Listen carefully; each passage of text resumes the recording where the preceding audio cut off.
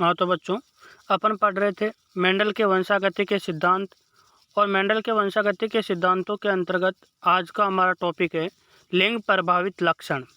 यानी लिंग प्रभावित लक्षण किसे कहते हैं और किस प्रकार से इन लक्षणों की वंशागति होती है, और कौन से जीन है जो लिंग गुणसूत्र पर स्थित होते हैं।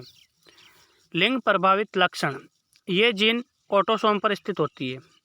लिंग प्रभावित जो लक्षण होते हैं उनकी जीन है जो कायिक गुणसूत्रों पर स्थित होती है। यदि दोनों जीन समान शुद्ध होते हैं, जैसे कैपिटल बी या स्मॉल बी, यानी कोई सा प्रभावी है चाहे अप्रभावी है, लेकिन अगर वो शुद्ध है तो नर व मादा दोनों संतति में समान लक्षण दिखाई देते हैं। अगर प्रभावी है संयुग्मजी तो भी दोनों में लक्षण दिखाई देंगे, और अप्रभावी है संयुग्मजी तो भी दोनों में समान लक्षण दिखाई देंगे। लेकिन यदि असमान है तो नर संतति में प्रभावी एवं मादा संतति में अप्रभावी होगा। तो ऐसे लक्षण क्या कहलाते हैं? लिंग प्रभावित लक्षण कहलाते हैं। जैसे मनुष्य में गंजापन नर में होता है, मादा में नहीं। क्यों? क्योंकि मादा है जो संयुग्मकी है और नर है जो विषमयुग्मकी है। तो अगर ये दोनों संयुग्मकी होते तो ये दोनों में लक्षण या प्रभाव अपना दिखाता, लेकिन एक संयुग्मकी है और दूसरा विषमयुग्मकी है, तो ये विषमयुग्मकी में अपना प्रभाव दिखाता है जबकि संयुग्मकी में अपना प्रभाव नहीं दिखा पाता है। अब बात करते हैं अपन मेंडल के नियमों के बारे में। तो मेंडल ने वंशागति के संबंध में 3 नियम दिए थे। पहला नियम था प्रबलता या प्रभाविता का नियम, दूसरा नियम था पृथक्करण या विसंयोजन का नियम, और तीसरा नियम था आपका स्वतंत्र अफ्यूहन का नियम। तो मेंडल ने वंशागति के 3 नियम दिए थे, जिसमें से सबसे पहला नियम है प्रबलता या प्रभाविता का नियम। तो इसके बारे में अपन देखते हैं कि प्रबलता या प्रभाविता का नियम किसे कहते हैं और किस प्रकार से इन लक्षणों की वंशागति होती है। जब एक विपर्यासी लक्षण विषमयुग्मजी अवस्था में उपस्थित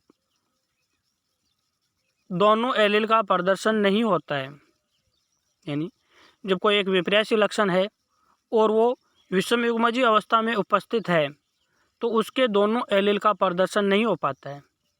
इनमें से एक एलील अपना प्रभाव दूसरे गुणसूत्र या दूसरे जीन के प्रभाव को छुपाकर प्रदर्शित करता है।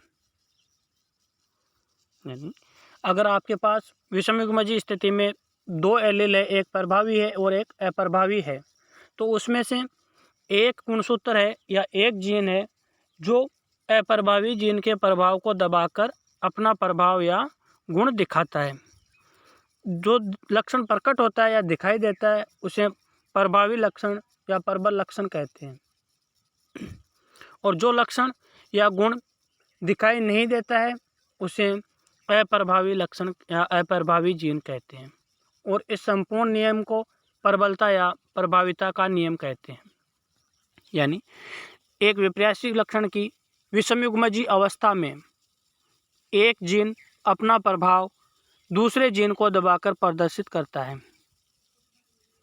जो लक्षण दिखाई देता है उसे प्रभावी या प्रबल लक्षण कहते हैं, और जो नहीं दिखाई देता है उसे अप्रभावी या अप्रबल लक्षण कहते हैं। और इस नियम को प्रबलता या प्रभाविता का नियम कहते हैं। प्रभावी को बड़े अक्षर से और छोटे अप्रभावी को छोटे अक्षर से प्रदर्शित किया जाता है। 2 प्रकार के जीन होते हैं, एक प्रभावी और एक अप्रभावी।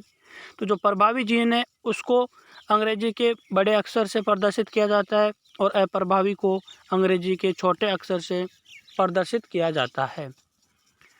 और ये प्रबलता या प्रभाविता का नियम है जो एकल संकरण का संकरण है। यानी प्रबलता या प्रभाविता का नियम एकल संकरण का उदाहरण है। सबसे पहले अपन मटर के पौधे की बात करते हैं, तो उसमें 2 जनक लेते हैं अपन, एक शुद्ध लंबा और एक शुद्ध बौना। जो शुद्ध लंबा जनक है उसके जीन है कैपिटल टी, और शुद्ध बौना है उसके स्मॉल टी। इनसे दोनों से संयुग्मकी युग्मक बनेंगे, एक से बनेगा कैपिटल टी और दूसरे से स्मॉल टी। जब इनमें अपन क्रॉस या संकरण करवाएंगे तो F1PD में सभी पौधे हैं जो अपने को संकर लंबे प्राप्त होते हैं और ये संतति है जो विषम युग्मजी होती है।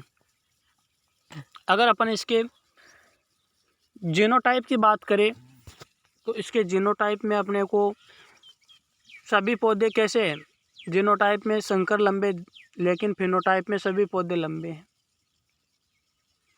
तो इसका साफ साफ अर्थ यही है कि इसमें जो प्रभावी है वो अपना लक्षण दिखाता है और जो अप्रभावी है वो अपना लक्षण नहीं दिखा पाता है। यानी ये पौधे सभी संकर लंबे क्यों हुए, क्योंकि इसमें जो लंबेपन का लक्षण है या गुण है वो प्रभावी है और बौनेपन का गुण अप्रभावी है। ठीक है, नेक्स्ट बात करते हैं अपन पशुओं के बारे में। तो एक सींग रहित मादा नर या मादा लेते हैं अपन और दूसरा है सींग युक्त नर या मादा पशु का चयन करते हैं।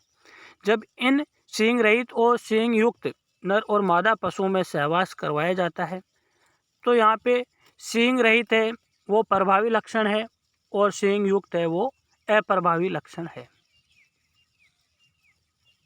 अगर इसकी भी बात करें अपन तो इसमें भी सभी है जो सींग रहित संतति पैदा होती है। इसमें प्रभावी को कैपिटल P से और अप्रभावी को स्मॉल p से प्रदर्शित किया जाता है।